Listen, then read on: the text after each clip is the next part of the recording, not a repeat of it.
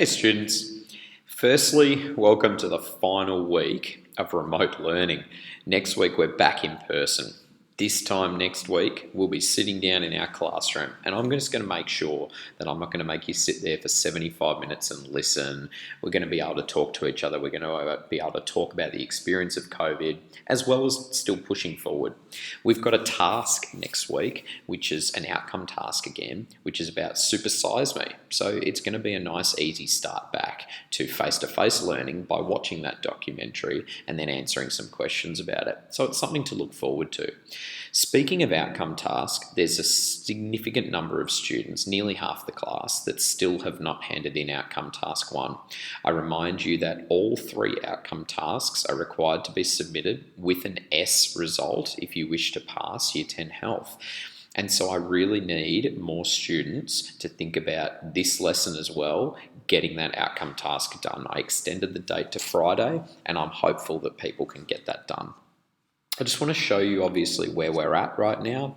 So finished injury and alcohol. Last week we finished illicit drugs and smoking, and we had our drugs research task that was delivered to you on Monday but handed in by that Friday. Apologies, given to you Wednesday, needed to be handed in Friday.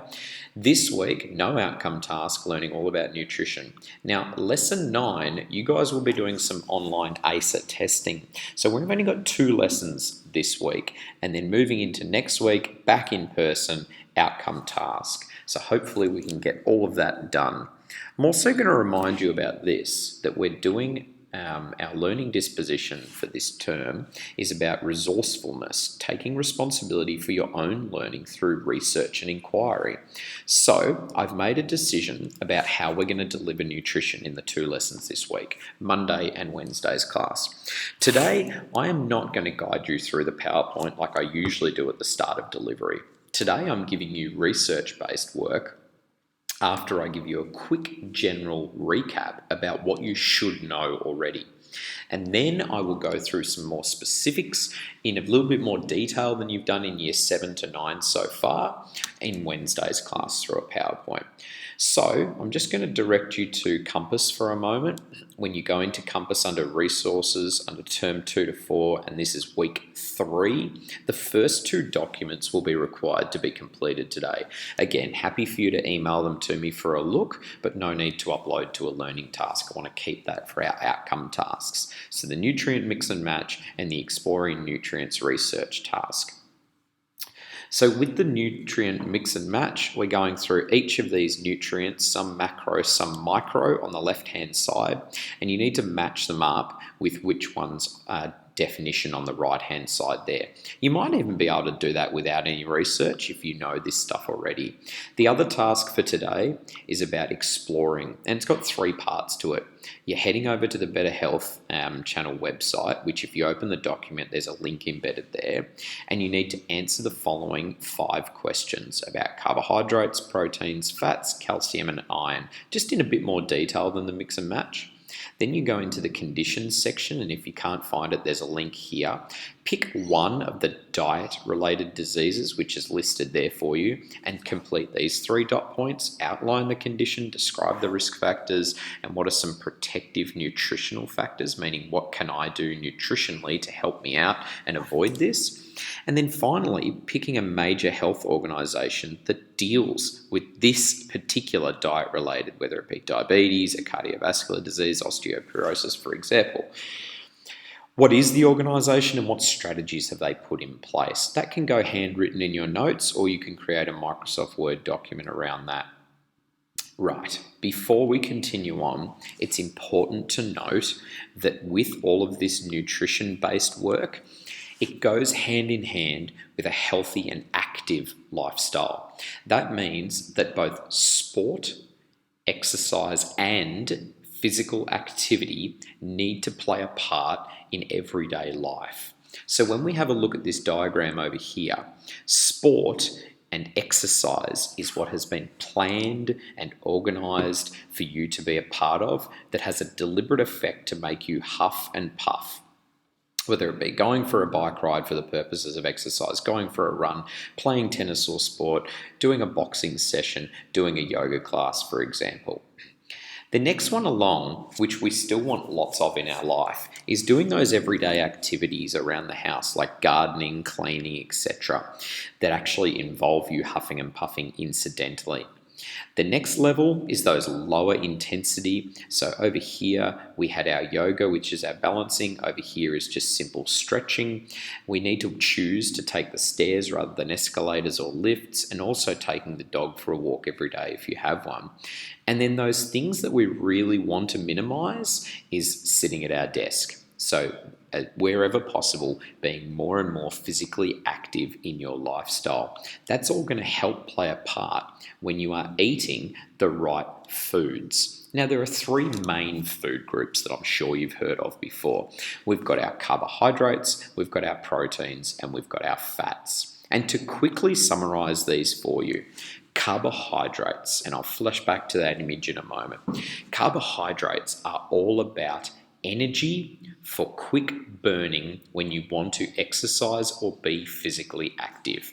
So, if you're planning on playing basketball, going for a run, doing a boxing session, you need to ensure that you have eaten some carbohydrates.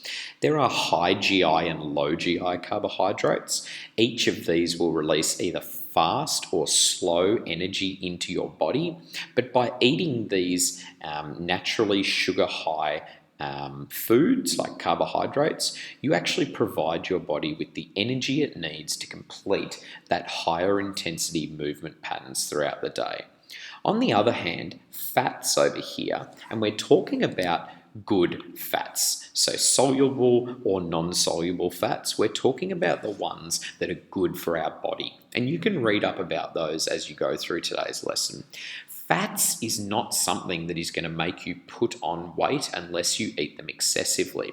While I'm sitting here right now talking to you, moving my body left and right, moving my hands around, typing on my computer, this is all low intensity exercise and movement. And so while I'm completing all of these muscle contractions, like keeping my body upright, moving my arms and hands, my body's actually burning the fats that I've eaten as food fuels. So don't get confused by the word fat, meaning I don't want to eat these because it's going to make me put on weight. Fats actually help provide you with long-lasting, slow-burning energy. And as long as we eat them in the right proportion and we use good fats, things like avocado and cooking oil and butters, each of these unprocessed fats are actually going to help you internally as long as you don't have too many of them. Then we have our third food group, which is our proteins. Now, proteins are all about the repairing of damaged muscles. I'm sure that you've all heard before that when you exercise, your muscles stretch and contract, stretch and contract. And if we put them under too much stress, what will happen is you'll get small tears inside your muscle. And that's okay as long as you're consuming some protein so that those small tears can repair and that muscle can get stronger and more dense. This doesn't only happen when you're weightlifting, this can happen when you're running, jumping, etc. So you need to be very careful and make sure that you're consuming the right amount of protein for the amount of exercise that you're doing. If your body has been put under stress, then it needs to repair, and the repairs come from proteins. So, summary: quick energy, repairing of damage to muscles and tissues, slow, long burning energy throughout the day.